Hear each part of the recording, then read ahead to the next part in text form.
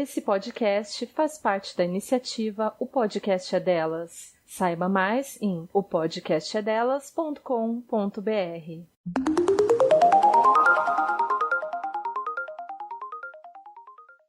O Brasil teve um aumento de 7,3% nos casos de feminicídio em 2019, em comparação com 2018.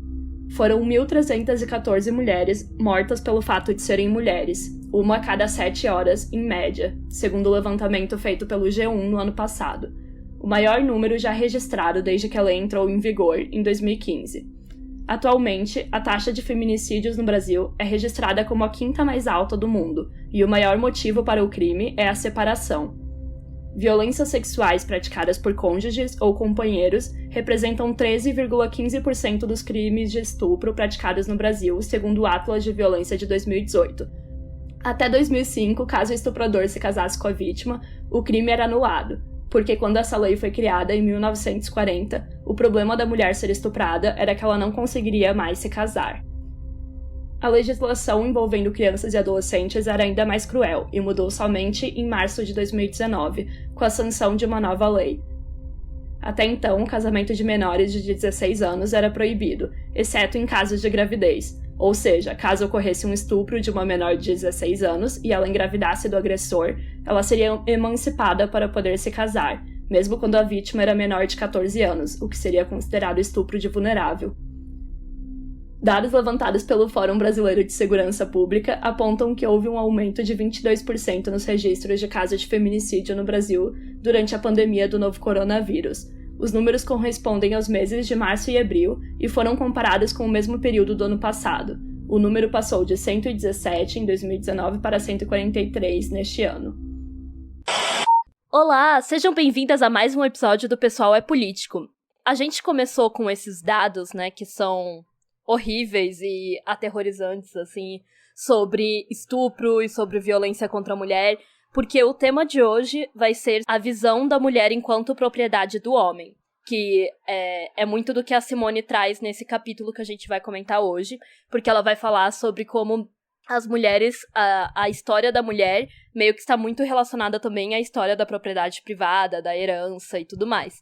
Então a gente queria trazer um pouco dessas reflexões sobre como as mulheres eram vistas naquela época como posse, mas até hoje a gente ainda é, né? Infelizmente, a gente sabe que essa mentalidade, por mais que as leis tenham mudado bastante, né? Desde a época em que a Simone escreveu aquilo, dependendo do país que a gente estiver falando, né? Mas enfim, no geral, a gente teve vários avanços legais. A gente sabe que a mentalidade de que a mulher é uma coisa que o homem possui ainda está muito, muito presente na sociedade. Aqui na nossa sociedade brasileira é tipo uma coisa meio de praxe, assim. E é essa mentalidade que tá por trás de todos esses dados que a gente trouxe, né?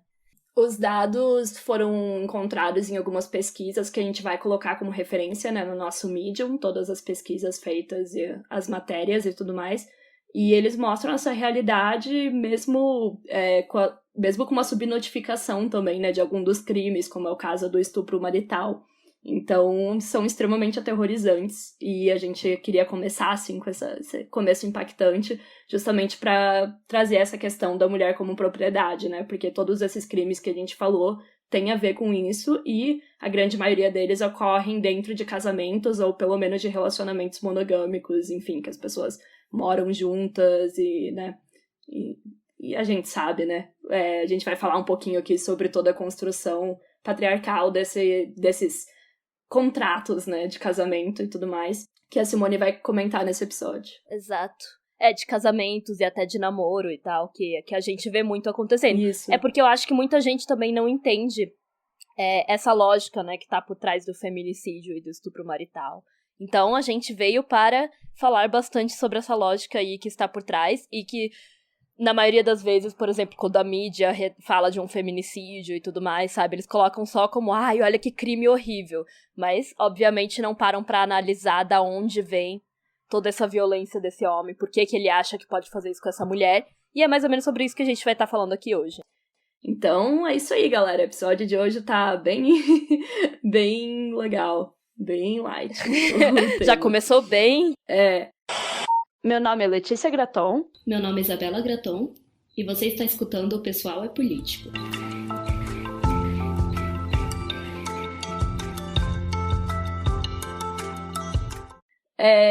Primeiramente, né, eu acho que seria legal também a gente mencionar que a gente chegou aos 10 mil seguidores lá no Instagram, então antes de entrar no capítulo, a gente só queria agradecer todo mundo por essa conquista. Obrigada, galera. Sim, no fim do outro episódio, a gente comentou, ai, gente, nos ajudem a chegar a 10 mil seguidores, não sei o que lá. Mas antes mesmo dele ser publicado, a gente já conseguiu chegar. Ele foi publicado na terça, e a gente chegou a 10 mil seguidores naquela segunda, né? E agora já tá com 10... Sim, foi um momento bem emocionante. E agora já tá com 10.700. Isso a gente tá falando do Instagram, tá, galera? Enfim. E aí, ficamos muito felizes. Porque agora temos o arrasta pra cima nos stories. E isso foi um sonho de blogueira realizado. Então, muito obrigada. Foi muito legal, gente. É muito legal poder colocar link no stories. Eu não sabia qual que era a sensação. Muito obrigada, galera. E quem quiser ir lá seguir, né, @pessoal-é-político no Instagram, a gente continua, sempre o que a gente comenta aqui, todos os conteúdos, a gente acaba levando pra lá, sabe? Então, a gente, depois que a gente lança o episódio, a gente destrincha ele em vários posts, então vocês podem comentar, podem compartilhar, podem salvar pra, enfim, mostrar pra alguém depois. E é isso aí, a gente espera que vocês gostem. Sim, e a gente fica muito feliz de saber que esse conteúdo tá chegando cada vez mais em mais pessoas, né? Porque 10 mil e pouco, agora quase 11 mil seguidores já no Instagram, sabe? Óbvio que não é todo mundo que nos segue ali que vai estar ouvindo o podcast, né, necessariamente. Mas é muito massa saber que as coisas que a gente tá colocando, o trabalho que a gente tá fazendo, tá sendo visto por mais gente, né? Mais galera tá compartilhando. Sim, é muito legal ver esse crescimento e realmente, tipo, o interesse, assim, sabe? São pessoas... A galera engaja muito, comenta bastante nos posts, compartilha, manda DM, então a gente vê que não é só uma coisa assim que a pessoa só segue e esquece, sabe? E realmente, tipo, vão atrás desses conteúdos e, enfim, talvez cheguem ao podcast aqui, talvez não, mas de qualquer forma é uma forma bem legal, né, de compartilhar os conteúdos e um pouquinho do que a gente conversa aqui com as pessoas. Então, é isso, né? Vamos começar o episódio. Vamos começar aí a falar do livro, né? Dessa vez a gente vai estar falando do capítulo História 3, né? Que é tipo o terceiro capítulo que a Simone vai continuar falando sobre a história das mulheres, né? E o que eu achei muito interessante nesse capítulo foi que a Simone vai nos mostrando como, depois que o patriarcado foi instaurado, né? Digamos assim, que a gente falou no outro episódio, as mulheres passaram a ser vistas como propriedade do homem, né? E aí, como eu falei, o que eu achei muito massa e muito... É triste, né? Mas é muito interessante que é toda essa visão que a Simone fala sobre como a gente é vista como coisa, como propriedade do homem, como parte dos bens do homem, está presente até hoje em dia, né? Como esses dados todos que você falou antes nos mostram claramente, né? Então ela vai começar falando que a história da mulher, inclusive, se confunde com a história da herança, né? Porque, como a gente já falou no outro episódio, ela foi, digamos, derrotada após a criação da propriedade privada, e depois a sua vida segue ligada a essa herança, essa propriedade. Aí, segundo a Simone, isso acontece porque o proprietário aliena a sua existência na propriedade, então ela se torna mais importante que a própria vida. Eu achei essa frase muito interessante, porque, cara, é muito isso, né? Na sociedade capitalista que a gente vive, os nossos bens se tornaram muito mais importantes até do que a própria vida, do que a saúde, do que o bem-estar das pessoas, né? A gente vê isso claramente hoje com o coronavírus, tipo, que a galera, é porque a economia tem que rodar, pipipipopopó, e tipo, foda-se as pessoas, né? Porque o que importa é fazer dinheiro. E a gente vê isso muito, assim, óbvio, quando acontece algum crime, sabe? Quando, por exemplo, uma pessoa é super linchada na rua por roubar um celular, tá ligado? É mais importante o seu celular, a coisa que você tem, do que a vida de uma outra pessoa. Por mais que essa pessoa tenha feito um crime, enfim. Vocês entenderam, né? Tipo, as pessoas colocam mais valor, mais importância numa coisa que elas compraram, parcelaram em não sei quantas vezes, enfim, do que na vida de outra pessoa, né? Então ela fala isso, que o proprietário aliena a sua existência na propriedade dele, né? Ela quer dizer, tipo, nas terras e tal, mas você pode usar essa lógica para todos os bens de consumo que a gente tem hoje em dia, né?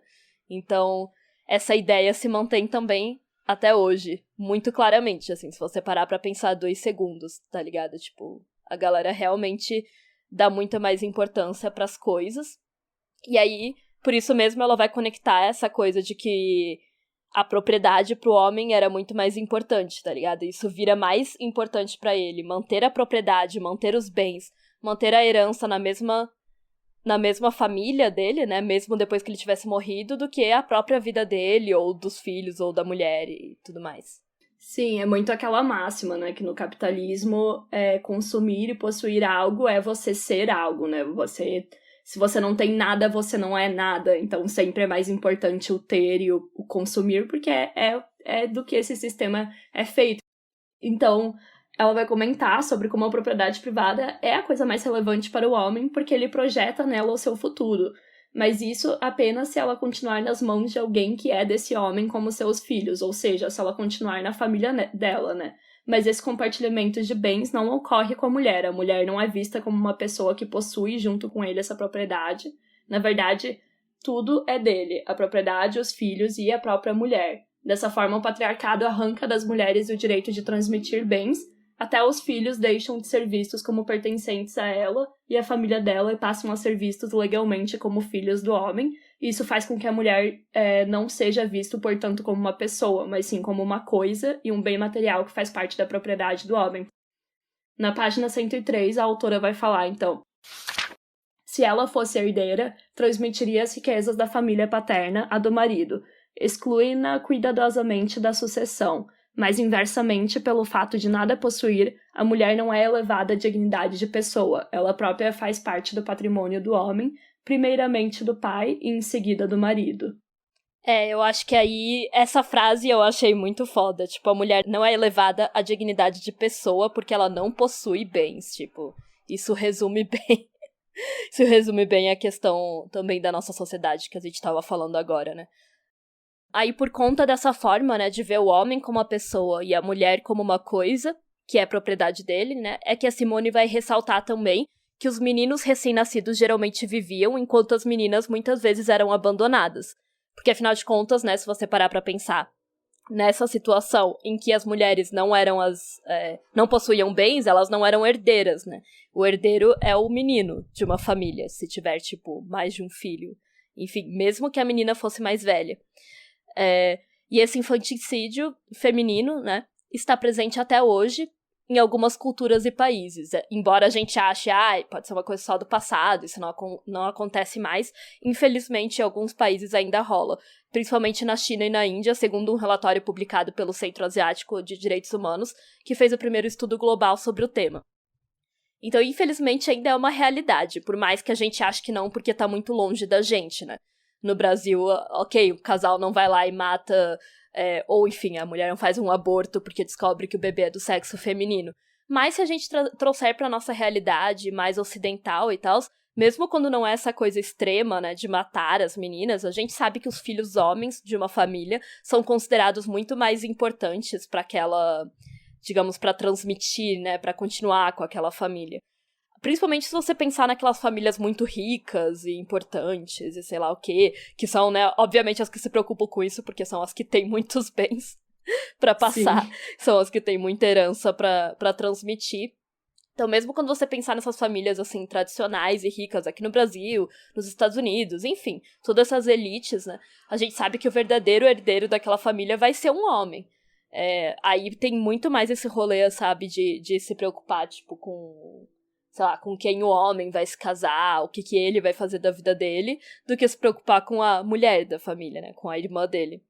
E aí a gente pode também trazer pra outras situações mais atuais, assim, tipo, mesmo quando não é uma família muito rica, assim, tem muito aquele rolê dos pais quererem muito ter um filho, homem, pipipipopopó, e aí ficarem super decepcionados se a mulher tiver uma menina, sabe? Tipo aquele rolê de chá de revelação, que aí falam, é uma menina, o bolinho tá rosa, e aí vai ver a cara do pai, tá tipo, cara de cu, assim, tipo, porque, não vou ter o meu menino pra jogar futebol comigo.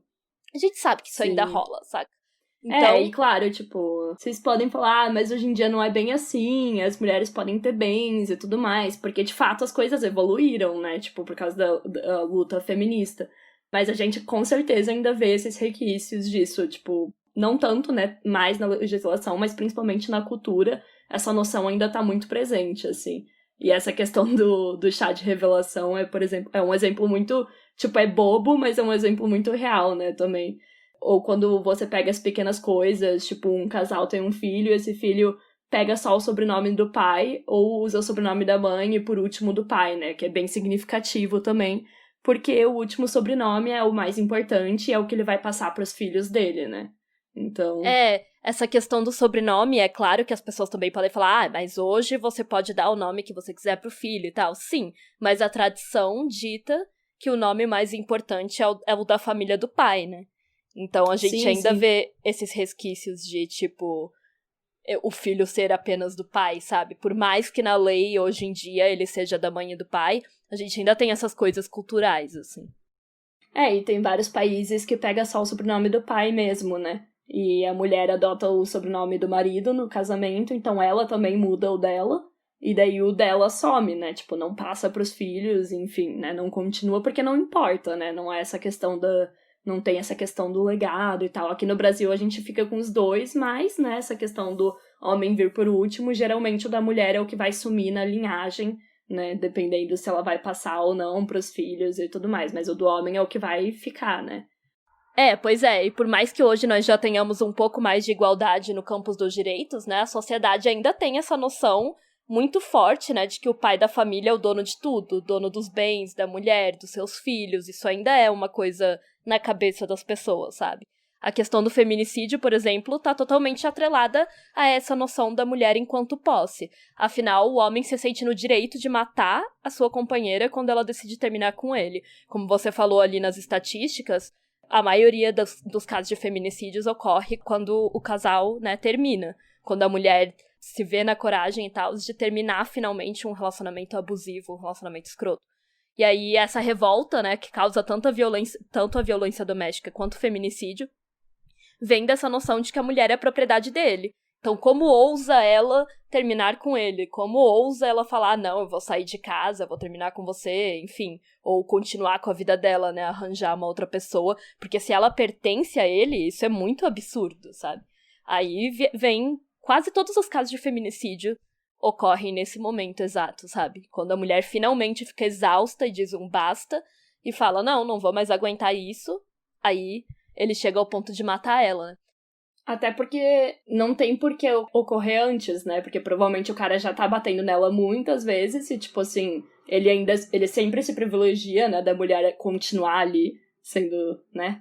Empregada dele e tudo mais. Então por que ele mataria ela, né? Ele mata só no momento em que ela ousa realmente acabar e tudo mais. Não que 100% dos casos sejam isso, mas na grande maioria das vezes é isso.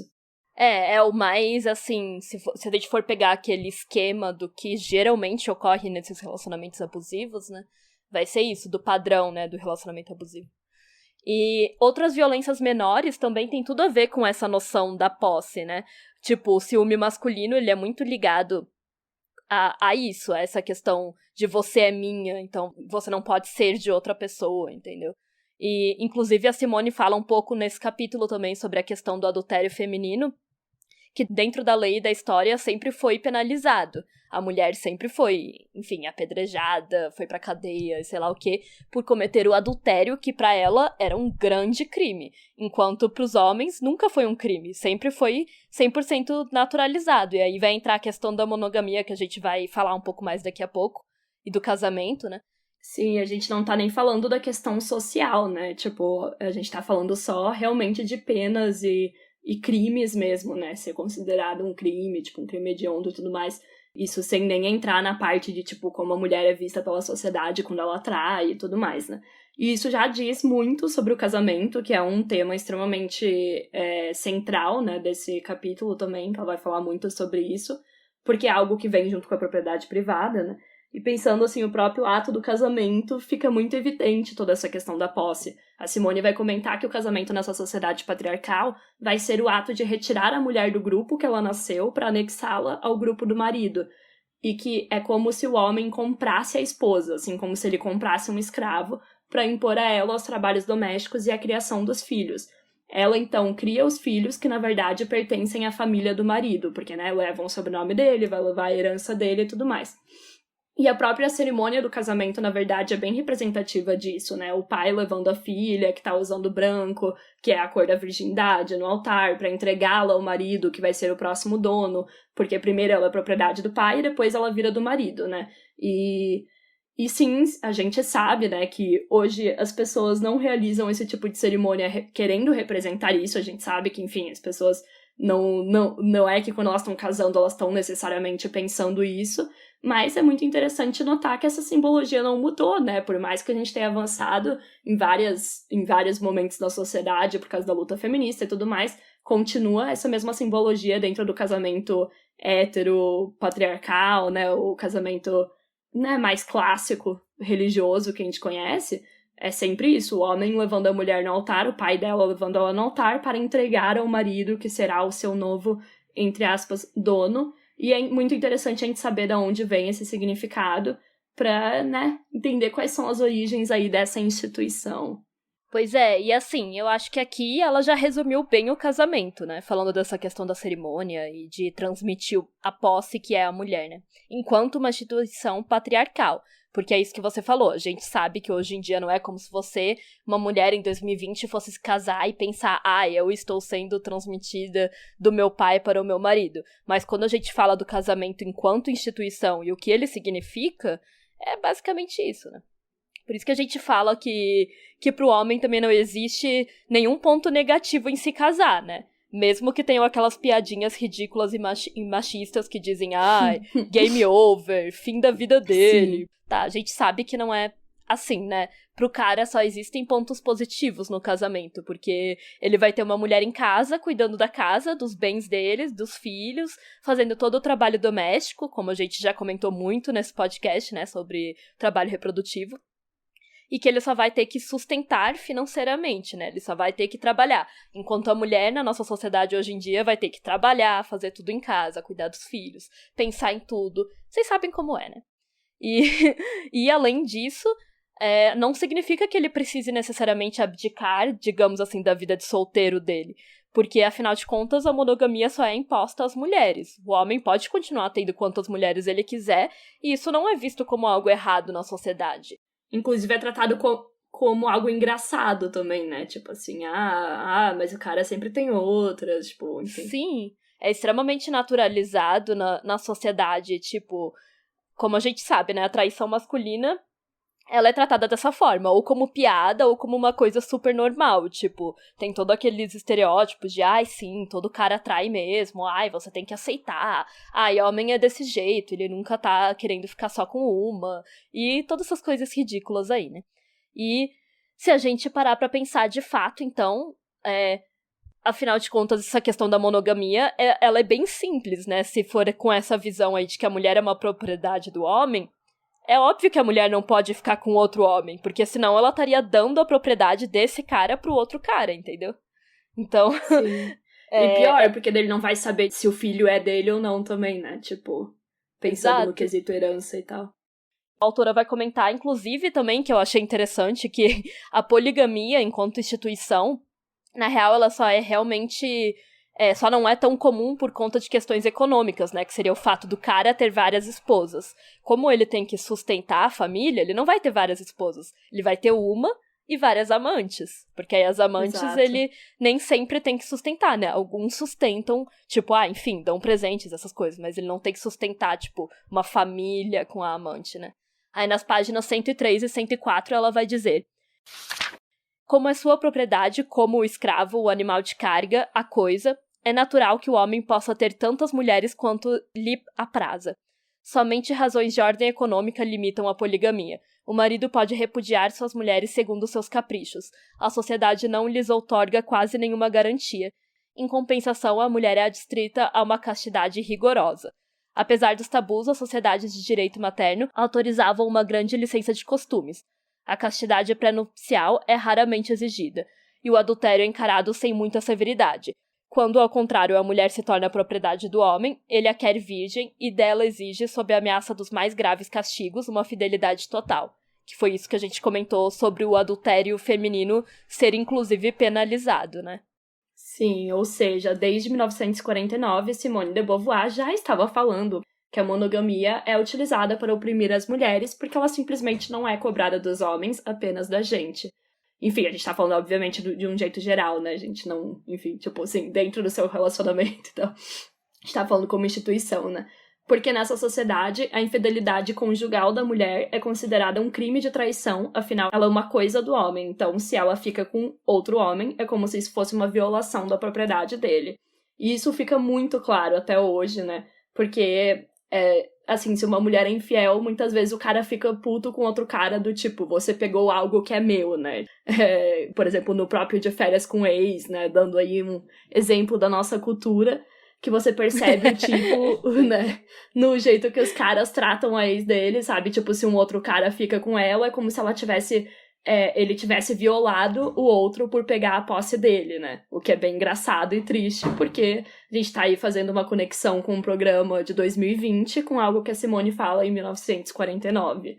E a gente vê até hoje. Cara, eu fico pensando muito nessa questão de posse e quanto esses reality shows que são... esses realities de relacionamentos e tal, né? Como De Férias com Ex, que são muito representativos, principalmente da cultura super heterossexual, né? E super tóxica. Você consegue ver claramente o quanto as pessoas têm a noção de posse umas sobre as outras.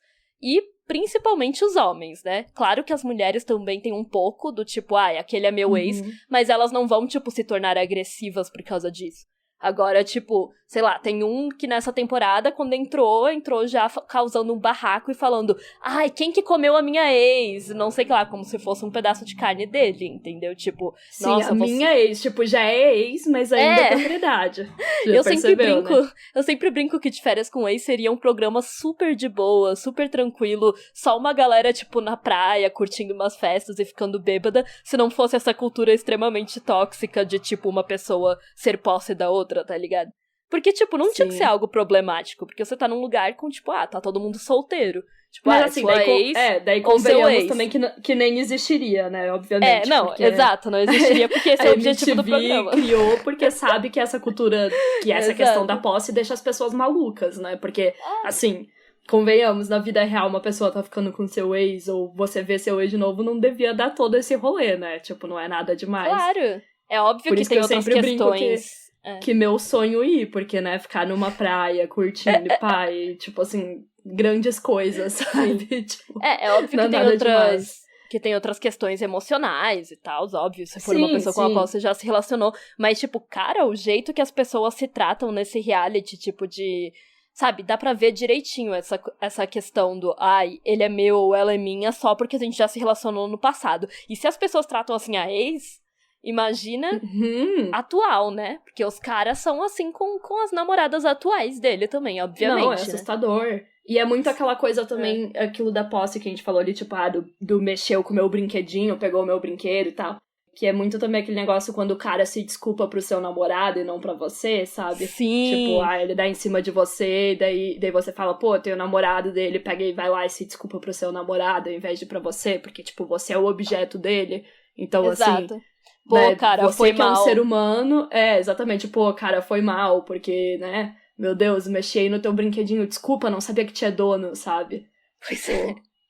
E é engraçado, né, porque pra mulher, quando ela descobre uma traição, ela se compara muito com a outra mulher, se sente super mal e fica triste, e, claro, né, por conta de toda essa rivalidade feminina, ela culpa muito a outra mulher também, né, esse arquétipo da amante, né, a destruidora de lares e tal. E entre os homens, o que a gente vê muito é essa coisa do ego ferido, né, do cara de uma forma diferente, que não é tipo, nossa, eu fui trocado pelo fulano de tal. É mais como se fosse tipo, nossa, o fulano de tal, como você falou, roubou meu brinquedinho, pegou meu brinquedinho, tá ligado? É mais um ego ferido do tipo, nossa, ela era minha posse, e aí esse cara pegou o que é meu, sabe? Tipo... Dá pra ver essa grande diferença, assim como dá pra ver a grande diferença entre os ciúmes masculino e feminino com relação ao dos homens geralmente ser sobre essa posse, tipo, você é minha, então você não pode olhar pra mais ninguém, e se você faz qualquer coisa, tipo, eu já vou ficar morrendo de ciúmes. Falar com um homem, né, tem homens que só se da namorada falar com outro cara, ou ter amigos homens, por exemplo, Ou sair só com as meninas e tal. Tipo, hoje eu vou sair só com as minhas amigas. Aí o cara já fica, tipo, desconfiado e sei lá o quê. Tipo, a menina ter uma vida própria, pra gente parece muito absurdo, mas isso é bem normal ainda, tipo, obviamente. Sim, esses realities, como eu falei, né? mostram isso claramente. Filmes, assim, eu acho que a cultura pop mostra isso bastante. Sim, sim. É bizarro, assim, é tipo bizarro. E quando você vai ver por trás, tá sempre essa relação da posse, né? E as pessoas não percebem como isso tá conectado com, tipo, com todos esses dados que a gente trouxe ali no começo, sabe? Isso que é o assustador. Quando a gente critica a monogamia enquanto instituição, é exatamente disso que a gente tá falando, sabe? As mulheres sempre foram consideradas posse dos homens, desde o passado, desde essa época que a Simone tá falando, né? Sempre foram consideradas como parte dos bens que ele tem, que ele possui. Então, obviamente, a monogamia sempre foi imposta a elas e não a eles. E aí, quando a gente vai criticar esse sistema patriarcal, o casamento, a monogamia, etc., é óbvio que a gente não tá falando, tipo, de você e do seu parceiro, e ali na vida pessoal de vocês terem um relacionamento exclusivo, saca? A gente tá falando dessa questão mais ampla, da gente ser vista como posse, que leva a todos esses dados horríveis que você citou ali no início. E por causa de tudo isso mesmo que a Simone vai falar já lá em 1949, que é necessário extinguir essa instituição da família para que a mulher seja livre, porque a mulher nunca vai ser livre dentro dessa configuração patriarcal do casamento, entendeu? Porque a opressão dela também tá ligada com essa questão de querer manter o patrimônio intacto, de querer manter aquilo ali para continuar sendo sua herança, continuar sendo bens da sua família e tal. E por isso ela diz que se a sociedade, negando a propriedade privada, recusa a família, a sorte da mulher melhora consideravelmente. Porque, de fato, muito das merdas que ela passa, muito das opressões que ela sofre, estão relacionadas a essa visão do o terreno é meu, a propriedade é minha, os filhos são meus, a mulher é minha, tudo é meu. O homem é dono de tudo, o homem, por isso, ele pode fazer o que ele quiser, sabe? Porque se tudo é dele, tudo é posse dele, por que ele não poderia, por exemplo, estuprar a mulher, bater na mulher, obrigar ela a transar com ele quando ele quiser, entendeu? Se tudo é dele mesmo. Sim, e é muito... Nossa, você falou isso aí do estupro, quando eu tava pesquisando a matéria, a gente vai colocar tudo lá no Medium depois, tá, galera? Pra vocês darem uma olhada também. Encontrei várias matérias sobre estupro marital, né? E, cara, tinha uma que foi, assim, difícil de ler, assim, porque tinha uns relatos, era com uma advogada, né, que trabalha com isso, e aí ela fala alguns relatos de mulheres que ela fala que é um tipo de violência muito difícil de trabalhar, porque a grande maioria das mulheres não percebem que estão sendo estupradas, né, porque é o marido delas, então elas sentem que elas devem sexo, né, obviamente, porque tá dentro ali daquele relacionamento monogâmico. E, enfim, daí ela fala que ela faz vários projetos, tipo palestras e tal, fala muito sobre esse assunto, né, que no caso nem era considerado um crime, né, até alguns anos atrás, até 2005, né, se eu não me engano, porque o estuprador podia se casar com a vítima, que não seria mais um estupro, ou seja, né, a mulher como propriedade de novo. E aí ela fala que, tipo, depois dessas palestras e desses eventos que ela faz, sempre vem alguma mulher e fala com ela depois e relata alguma situação de violência e pergunta, mas você acha que foi violência mesmo? Porque elas nunca sabem, tá ligado? Elas se veem como a propriedade mesmo do homem, como, eu me casei, então agora não existe mais, tipo, consentimento. E mesmo não dentro não só de casamentos, tipo, enfim, de pessoas mais velhas, mas, tipo, namoros mesmo, sabe? A gente...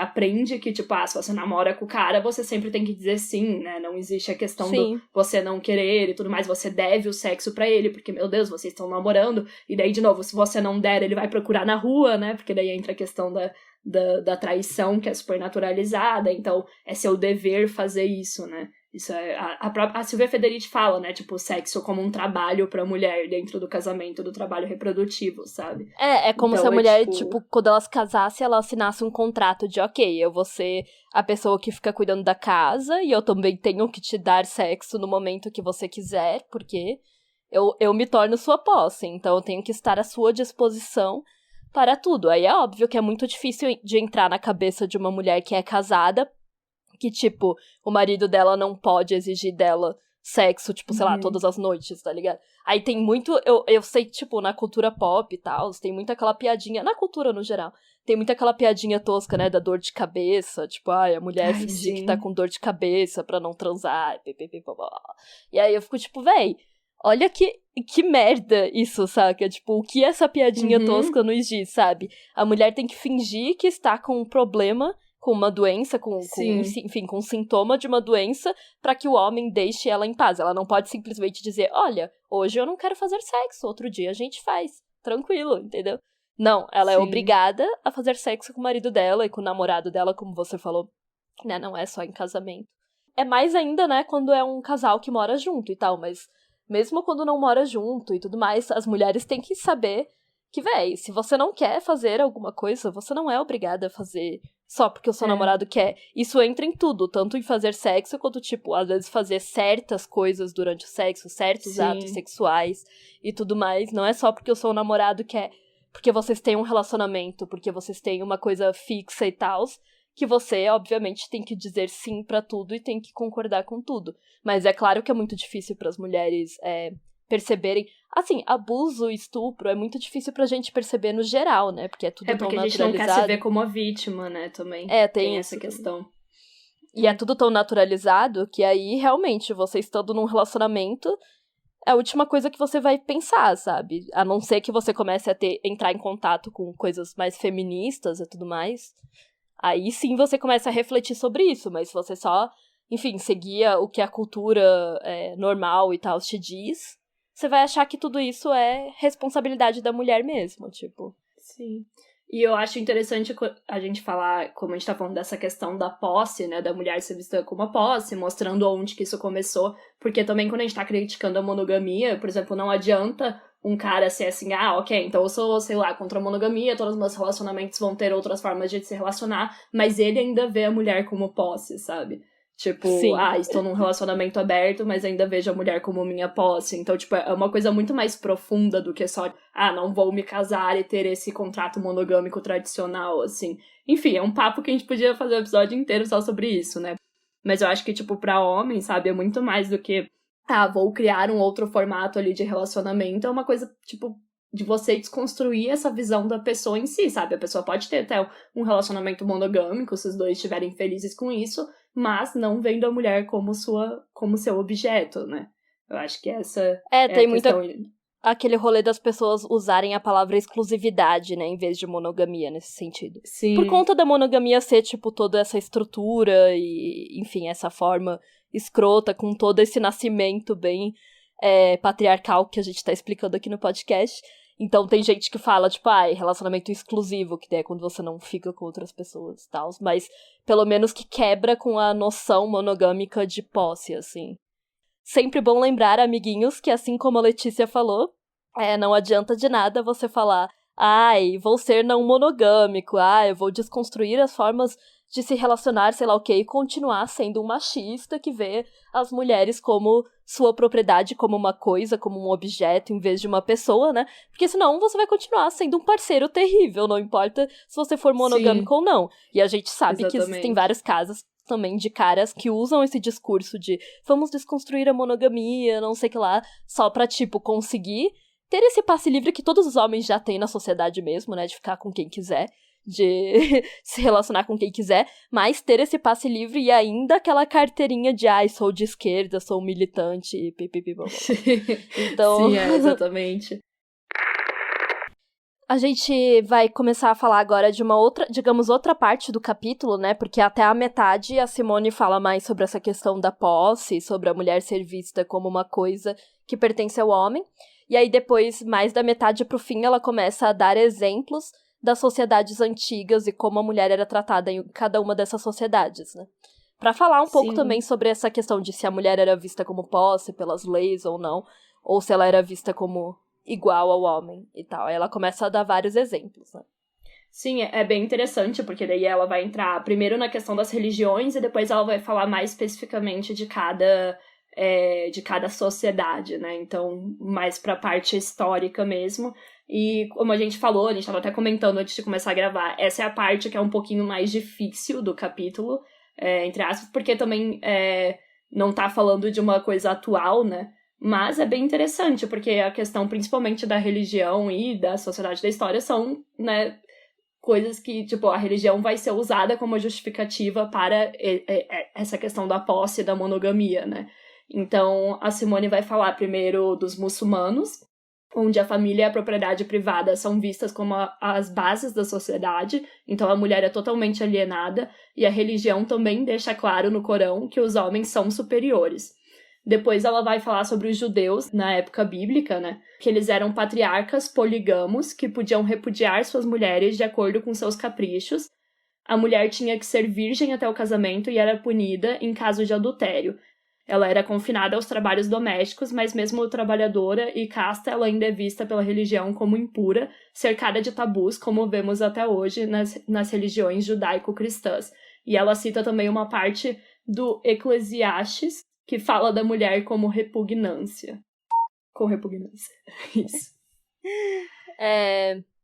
E aí ela comenta também de uma coisa chamada Sistema do Levirato. Nunca tinha ouvido falar, mas enfim, com esse nome, né? Eu também não. Que é um outro sistema citado, né? Que é o costume observado em alguns povos, onde o homem era obrigado a se casar com a viúva do seu irmão, quando este não deixava descendências masculinas, né? Então, tipo, esse sistema era assim, o marido da mulher morreu, essa mulher tem que se casar com o irmão dele, geralmente o irmão mais velho, né? Porque a posse tem que continuar, né? Os bens têm que continuar na mesma família. E esse sistema era adotado no judaísmo, tendo sido citado na Bíblia e era também no islamismo em alguns países. Ou seja, a mulher tinha que se casar com alguém, né, da família do seu marido falecido, para continuar sendo propriedade daquela mesma família. Porque se a mulher é considerada uma posse do homem e ele morre, isso se torna um problema, né, para a sociedade, porque é tipo, ok, ele morreu, o que faremos com essa posse? O que fazer com essa viúva? Na Índia, por exemplo, tem aquela história, né, do costume de sacrificar as viúvas, mas em vários lugares, na verdade, o que acontecia era que a mulher deveria ficar à disposição dos herdeiros do homem, seja o filho, caso eles tivessem um filho, né? Ou o irmão dele. Afinal, a lógica continua sendo a de que ela é uma propriedade que deve permanecer na família. Então, como eu falei, esse sistema era que ela tinha que se casar com alguém da família dele, caso ela não tivesse filhos homens. Se ela tivesse filhos homens, ela deveria sempre ficar à disposição desse filho que ia ser o herdeiro daquele cara. Sim, é bem bizarro. Mais pro final, ali, as últimas partes do capítulo, então ela vai entrar nas questões das civilizações antigas, né? Que é uma parte bem interessante, principalmente pra quem curte história, porque ela vai fazer, tipo, um resumão geral, assim, de várias das civilizações que a gente estuda, assim, na escola, e, obviamente, sobre esse viés da mulher, né, então, da posição da mulher, de como era ser uma mulher em cada uma dessas sociedades, e da relação do casamento e tudo mais. Então, ela começa falando sobre a Babilônia, que na Babilônia as leis de Hammurabi reconheciam certos direitos à mulher, pois ela recebia uma parte da herança do seu pai quando ele morria, e quando ela casava, o pai tinha que dar um dote. Na Pérsia, então, ela vai falar que a poligamia era comum e a mulher também tinha que ser obediente ao marido, que era escolhido pelo pai dela. Porém, ela era um pouco mais respeitada que em outros povos, pois podia receber ao menos algumas partes da herança do seu marido. E já no Egito, a condição da mulher era bem mais favorável. Isso eu achei interessante, pra falar a verdade, eu não sabia disso. Porque lá as deusas mães ainda tinham bastante prestígio, né? E a mulher, mesmo quando casava, ainda era importante, porque a unidade religiosa e social era composta pelo casal. Então, a mulher era aliada complementar ao homem. E a mulher tinha os mesmos direitos que os homens, ela podia herdar e possuir bens. Isso porque, no Egito Antigo, o solo pertencia aos reis, né? Tipo, ao faraó e tudo mais. E as castas superiores dos guerreiros e sacerdotes. Para os particulares, a propriedade consistia no usufrutos, né? Só de usufruir daquela propriedade. Então, os bens transmitidos por herança não tinham tanto valor assim, porque sempre eram dos reis. Dessa forma, com a ausência da propriedade privada, a mulher tinha dignidade enquanto pessoa. E quando o faraó Bochores estabeleceu a propriedade privada, a mulher já estava em uma posição forte demais para ser destronada totalmente. Mas, ao mesmo tempo, né, os sacerdotes e faraós ainda eram homens, então elas não eram totalmente iguais aos homens. Aí, claro que vai ter exceção de, por exemplo, Cleópatra, né, que foi muito famosa e tudo mais. Mas, no geral, a grande maioria eram homens. E elas interferiam na vida pública de forma secundária. Os homens ainda eram muito mais importantes do que elas, assim, no geral. E aí, na Grécia, os costumes dos gregos eram parecidos com os dos orientais, mas eles não praticavam a poligamia, aquela poligamia institucionalizada, né? Claro. O primogênito era o único que tinha direito à herança do pai, e por isso a mãe desse herdeiro era a única reconhecida como esposa. Mas é claro que o homem grego ainda podia encontrar a satisfação na prostituta da cidade ou na serva do gineceu. Então, era mais ou menos como hoje em dia, gente. Tipo, olha só. E era uma monogamia, mas é claro que o cara podia, tipo, ir pagar uma prostituta ou, enfim, explorar qualquer outra mulher que ele quisesse também, porque os homens sempre puderam fazer isso. Então, a mulher grega ela era encerrada em casa e era vista como menor de idade pela lei, inclusive. É como se ela fosse sempre uma criança, assim, na lei daquela época. Então, toda a herança era dada aos seus filhos. Um problema nessa sociedade ocorria quando as mulheres não tinham filhos homens, porque aí quem ficaria com a herança? E aí, nesses casos, entra aquela história que eu falei também, né? Da mulher deveria se casar com alguém da família do seu esposo depois que ele morresse. Ou seja, a mulher não era uma herdeira, mas sim uma máquina de fazer herdeiros, que tinham que ser, obviamente, filhos homens. Ela é uma máquina de transmitir a herança para outro homem, entendeu? Através dela. Tipo, ou por ser seu filho, ou com o casamento, né? E aí eu achei interessante que a Simone entra um pouco na questão das prostitutas gregas, que eu não sabia também. Ela classifica como três tipos de prostitutas que tinham na Grécia naquela época. Antigamente, muito antes disso, né, tinha a prostituição sagrada, né, que era considerada a questão dos templos e tal. Aí o legislador Solon institucionalizou a prostituição. Ele comprou escravas asiáticas e as encerrou no dicterions, onde os lucros iam para o Estado e as mulheres eram marginalizadas. E aí nas páginas 110 e 111 a Simone fala, explicando sobre os dicterions. Os dicterions eram considerados tão necessários que logo foram reconhecidos como lugares de asilo invioláveis. Entretanto, as cortesãs eram taxadas de infames, não tinham nenhum direito social, os seus filhos não eram obrigados a sustentá-las e deviam usar um vestido especial de fazenda sarapintada e enfeitada com flores, além de tingir os cabelos com açafrão. E aí ela explica que tinha 3 tipos de prostitutas. As dicteríades, que eram exploradas e miseráveis. As auletrides, que eram dançarinas e tocadoras de flautas. Então elas conseguiam, às vezes, enriquecer por causa desses talentos. E as hetairas, que eram como as prostitutas de luxo. Elas eram inteligentes, cultas, tinham relações com homens mais importantes da Grécia e tudo mais. E segundo a Simone, essas hetairas, que são como se fossem as prostitutas de luxo, eram mais livres, de certa forma, do que a mulher grega tradicional, porque elas escapavam à servidão da família, né? Tirando essas exceções, as mulheres gregas eram relegadas a uma semi-escravidão. Elas eram confinadas ao gineceu, que era uma habitação relegada apenas às mulheres, e a Simone vai dar exemplos, inclusive, né, de diversas frases misóginas de pensadores gregos daquela época, que a gente já comentou um pouco na época sobre os filósofos, né, antigos. A gente até tem um post sobre isso, né? Sim, eles eram claramente bem machistas. Sim. Eram claramente bem misóginos, assim, nas falas deles. Dá pra ver que a mulher na Grécia, de fato, era explorada de várias formas. E aí eu achei bem interessante essa parte sobre as prostitutas, que eu não sabia. E o que ela fala ali naquela página, que, tipo, os dicterions eram considerados lugares muito importantes, né? Porque...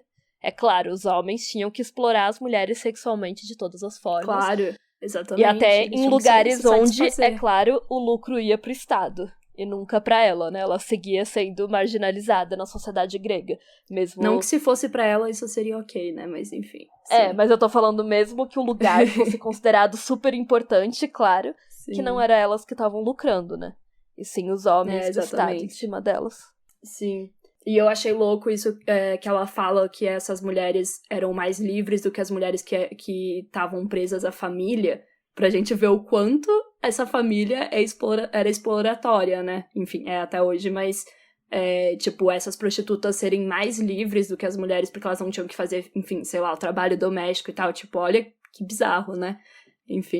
Eu entendo a lógica disso que ela falou, sabe? Porque sim, por mais que elas estivessem sendo exploradas sexualmente, como ela fala ali, é uma casta mais importante, né, de prostitutas que se relacionavam com caras mais ricos e tudo mais.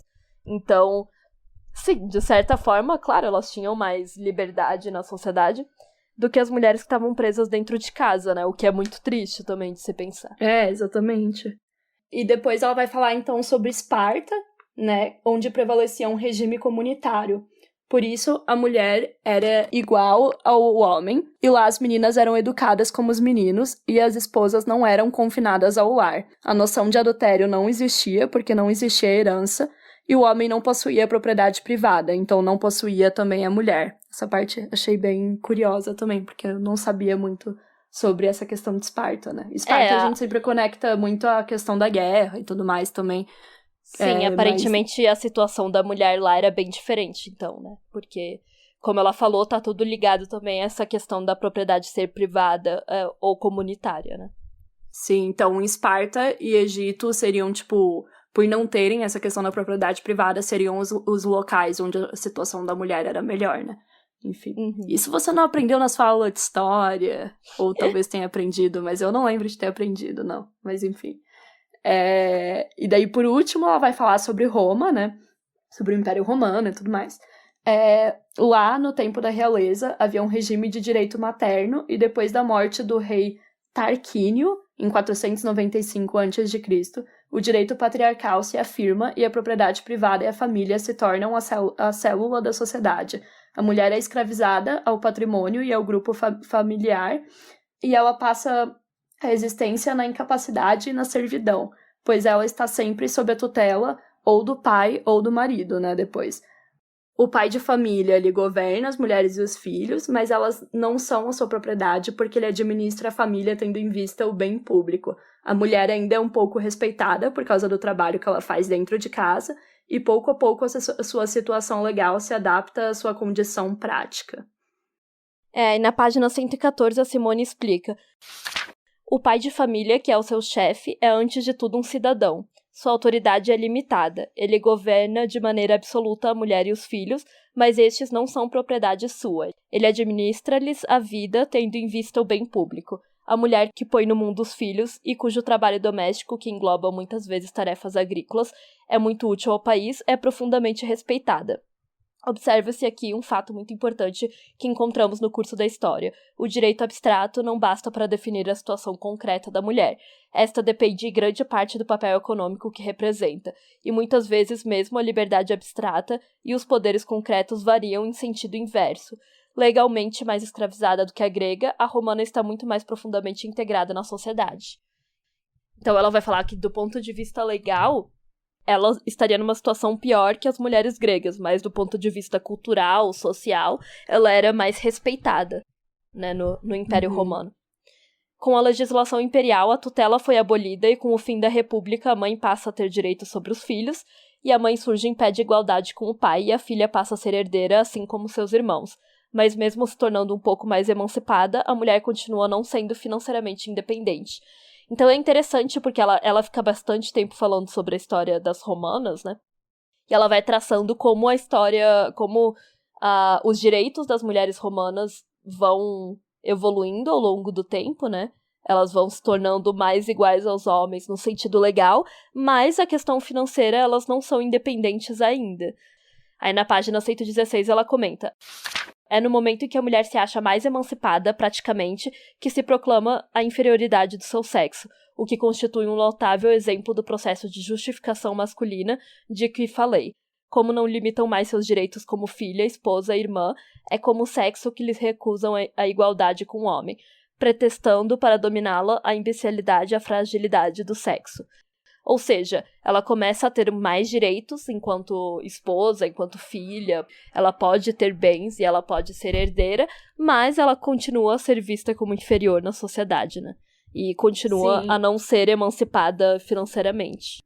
E eu achei foda essa parte porque uma coisa tá muito conectada com a outra. Tipo assim, então já que ela tem esses direitos, a gente vai reagir dessa forma, utilizando o sexo pra inferiorizar ela, sabe? Tipo, um backslash, tipo, você tem um pouquinho de poder, mas a gente não vai deixar você ter muito poder. Tipo, a gente vai usar essa questão cultural contra você e tal, vai colocar o seu sexo como inferior, justamente para que você não chegue no nosso patamar. E é uma coisa que a gente vê até hoje, tipo, toda vez que a gente consegue algum tipo de avanço, sempre tem algum tipo de backslash, né, da sociedade, né, porque, obviamente, homens não querem isso, né, eles não querem, enfim, né, que a gente... Sim.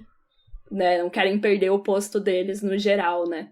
Então é algo bem, bem interessante, eu achei essa parte, assim. Ela vai falar, inclusive, que as romanas são um tipo de falsa emancipada, que não possui no mundo de que os homens são concretamente os donos, senão uma liberdade inócua. Ela é livre para nada, segundo a Simone. Ou seja, ela tem alguns direitos... Incrível essa frase. Ela tem alguns direitos, mas ela ainda tá vivendo num mundo que os homens, obviamente, são os donos, né? Obviamente, são muito mais poderosos. E ela tem uma liberdade que, de certa forma, acaba não sendo uma liberdade completa, porque, como ela falou, ela não tem uma independência econômica, né? O que a gente sabe que é muito importante ter para que você possa ser, de fato, livre no tipo de sociedade que a gente tem, né? No tipo de sociedade que se constituiu, em que a posse se tornou a coisa mais importante do mundo e tal. Sim, exatamente. Bom, né? E com todas essas informações, né, sobre como nós mulheres fomos tratadas durante a história, então a gente termina mais um episódio e mais um capítulo do livro Segundo Sexo, que tá aí repleto de informações e, enfim, ele é bem histórico, como a gente falou, essa parte mais pro final, ela é um pouquinho mais densa e mais difícil de entender se você não é dessa área e tudo mais, e de novo, né, também vamos lembrar a época que o livro foi escrito, a gente não sabe se, sei lá, muita coisa foi depois descoberta diferente, a gente não entrou em cada... Enfim, a gente não foi fazer uma pesquisa profunda sobre cada civilização pra... enfim. Não, a gente tá trazendo bem o que a Simone fala mesmo. É importante dizer isso, né, porque... Eu acho interessante porque isso vai nos dar mais ou menos um panorama geral de como o patriarcado foi, tipo... No outro episódio a gente falou sobre como ele foi instaurado, né? Mas é claro que o patriarcado não é uma coisa única que existe da mesma forma em todos os lugares do mundo. Depende muito da cultura, depende muito do tipo de pessoa que vive lá. Enfim, das suas culturas próprias, do tipo de estado que se criou em cada lugar. Então não é como se o patriarcado fosse uma coisa homogênea e que oprime a mulher das mesmas formas, com as mesmas leis em todo lugar do mundo. Mesmo naquela época não era, sabe? Então eu achei interessante esse capítulo da Simone para mostrar um pouco sobre como estava a situação da mulher em cada um desses lugares, e que, assim, em nenhum desses lugares a mulher era completamente livre. Acho que de todos que ela fala, as espartanas eram as que estavam, né, numa situação um pouco mais de boa. E do Egito também, né, as egípcias. Mas, ainda assim, todas elas estavam em um sistema patriarcal, igual a gente tá até hoje em dia. Todas elas, de certa forma, ainda estavam submetidas a isso. E aí, algumas muito mais, algumas um pouco menos. Vai mudando, é claro, ao longo das épocas da história. Mas a noção da mulher como propriedade do homem, né, como posse do homem, é uma coisa que tá meio intrínseca ao patriarcado por si só, né? Sim, e a gente começou o episódio citando aqueles dados, que inclusive são todos sobre a sociedade brasileira, né, que a gente tá inserida, justamente para ressaltar aquilo que a gente sempre fala aqui, sobre como o mesmo livro, sendo antigo, ele continua extremamente atual, e é muito importante a gente conhecer a nossa própria história, né, e entender da onde vem essa opressão do patriarcado para lutar contra ela, né, e enfim, é interessante no geral entender toda essa origem e essa história sobre o viés feminino, porque não é a que é geralmente contada, né. Sim, então, com certeza. A Simone realmente traz algo extremamente valioso nesse sentido. Sim, então a gente espera que vocês tenham gostado do episódio, galera. E como a gente sempre fala, se quiserem mandar feedbacks e comentários no geral, o nosso Instagram é @pessoalepolítico e o Twitter é @pessoalpodcast. Senhor, enfim, só Pessoal Sim. Podcast. E eu selecionei alguns comentários do episódio anterior, que agora todo episódio a gente vai começar a trazer um pouquinho dos feedbacks de vocês aqui, só pra comentar, porque eu acho que é legal, assim, tem vários comentários que agregam bastante e que as pessoas colocam lá no Instagram, geralmente, mas às vezes pelo Twitter também, ou vocês também podem nos mandar um e-mail em pessoalepolitico@gmail.com. E daí, se você comentar lá, a gente pode comentar aqui pra agregar ainda mais, né, nessa conversa. Eu trouxe aqui o comentário do Léo, que é um amigo meu, que mora na Austrália. Beijos, Léo. E ele tinha comentado, né, no nosso post do episódio anterior. Ansioso pra ouvir, até agora eu tô processando o episódio da mulher na pré-história, que eu achei engraçado, e colocou aquele emoji da cabeça explodindo. Eu adoro. Sim. Teve a Letícia, que é uma seguidora nossa, Letícia Lemos. Ela comentou: eu prefiro ser uma ciborgue do que uma deusa, Donna Haraway, né, uma frase da Donna Haraway. A teórica Donna Haraway tá um pouquinho mais além nesse assunto. Vale a pena dar uma conferida nos textos dela. Não desmerecendo a Simone, óbvio, pois cada época é cada época e ambas fizeram contribuições incríveis para a teoria feminista. Então fica aí a dica. Eu já li o Manifesto Ciborgue da Donna, é bem interessante. Parece ser uma história bem doida. Eu li numa matéria da faculdade. Eu li o artigo, né? Eu não li, tipo, o livro, assim. Eu li o manifesto só. Mas é bem interessante e faz bastante sentido, assim. Eu nunca tinha visto essa frase dela do eu prefiro ser uma ciborgue do que uma deusa, mas se conecta muito com aquilo que a gente falou no episódio anterior, né? Sobre as mulheres serem deusadas e tudo mais, que era, né, o tema do post onde ela comentou isso. Então eu achei bem interessante trazer. O perfil Melspiracy também comentou: gente, eu amo esse assunto, o mito da essência natural feminina é muito reproduzido por todo mundo, mulheres inclusas. E, aliás, deixo a dica de um curso na Casa do Saber, da Marilena Chauí, onde ela fala sobre. Parabéns pelo podcast, lindo demais. Então, obrigada pelo parabéns. E aí fica essa dica, né, essa questão do mito da essência natural, que, enfim, que a gente falou bastante também no episódio anterior. Por isso que eu quis trazer esse comentário também. E por último, também do meu amigo que a gente citou no episódio anterior, né, do Conrado, que a gente mencionou no meio do episódio. Eu achei engraçado porque depois ele me mandou o feedback, né, falando que tá achando legal ouvir, porque ele quer muito ler O Segundo Sexo, e que é muito mais legal ter essa visão, né, escutar a gente falando, tipo, uma visão feminina pra ajudar a entender o livro depois. Então, fica aí o feedback de um homem que ouve esse podcast, que é muito raro, que com certeza deve agregar muito, né? Porque uma coisa é você ler sozinho e outra coisa é você ler, enfim, com essa percepção de mulheres falando sobre e tudo mais. Sim, eu fico muito feliz quando alguém nos fala, tipo, que a gente tá realmente ajudando a pessoa a ler O Segundo Sexo e a entender mais o livro, os capítulos. Às vezes a pessoa até já leu, mas, sei lá, tá relendo ou tá ouvindo os nossos episódios e pensando mais neles, né? Então, acho no caso, muito massa. Até a gente tá relendo, né? Então... a gente tá relendo também pra fazer esses roteiros. Sim. Então, pra gente também tá sendo muito interessante, assim. A gente também tá lendo esse livro junto com vocês, sabe? Então, cara, ver o feedback das pessoas sobre essa questão eu acho muito massa. E aquela ali que a menina falou também sobre o mito da essência natural feminina também foi uma coisa muito massa de abordar no outro episódio. E que a gente colocou nesse post do Instagram, onde ela comentou. E que realmente, cara, é uma coisa muito reproduzida, tipo... Tá muito na nossa cultura, né? No inconsciente das pessoas, essa questão de colocar a mulher junto com a natureza e colocar como, tipo, uma divindade ou uma força, umas coisas sobrenaturais. A mãe natureza, o solo e todas essas coisas. Então... Sim. Realmente, eu achei massa que ela indicou ali também um curso, né, pra fazer, que fala sobre o assunto. A Marilena Chauí também é uma autora bem conhecida e bem foda. Então, fica aí a indicação, galera. E, a partir de agora, a gente vai começar a sempre colocar esse final, assim, mais descontraído do episódio, falando sobre alguns comentários que as pessoas fizeram nas nossas redes sociais. Então, se você quiser aparecer por aqui, comenta lá, não é mesmo? Que daí talvez a gente leia o seu comentário.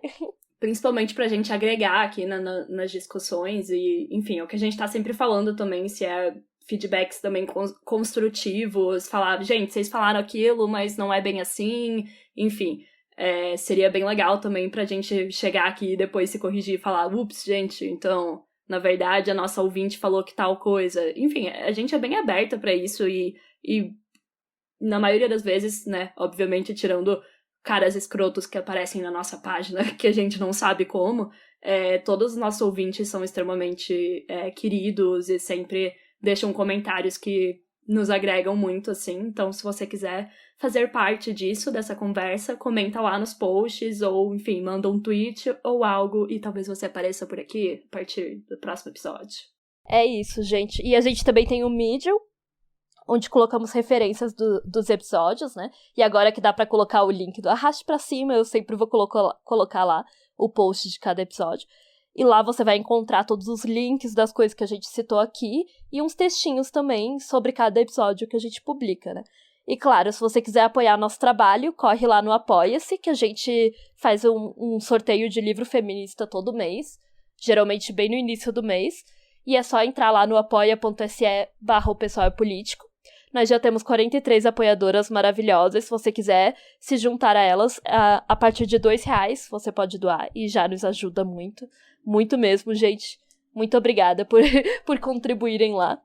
E você pode concorrer a um livro feminista, que no próximo mês, já dando um spoiler, muito provavelmente vai ser o livro O Feminismo é pra Todo Mundo, da Bell Hooks, que é um ótimo livro. Então, quem quiser concorrer, quem quiser ganhar, corre lá, nos ajuda. E é isso, galera. Esses foram os avisos finais. E muito obrigada por ouvir a gente até aqui. Muito obrigada por ouvirem, obrigada por mandarem os comentários, por seguirem. A gente tá extremamente feliz aí com toda a repercussão dos últimos dias e, enfim, que essa temporada tá tendo. Então continuem aí com a gente, que em breve a gente volta aí com mais. E é isso, fiquem em casa, fiquem seguros e até a próxima. Até a próxima. Tchau, tchau. Tchau, gente. Você ouviu um programa participante da rede Podcast é Delas, uma iniciativa que fornece toda a infraestrutura necessária para mulheres hospedarem e publicarem os seus podcasts. Para fazer parte, entre em contato conosco através do site opodcastadelas.com.br ou através das nossas redes sociais, como @opodcastadelas.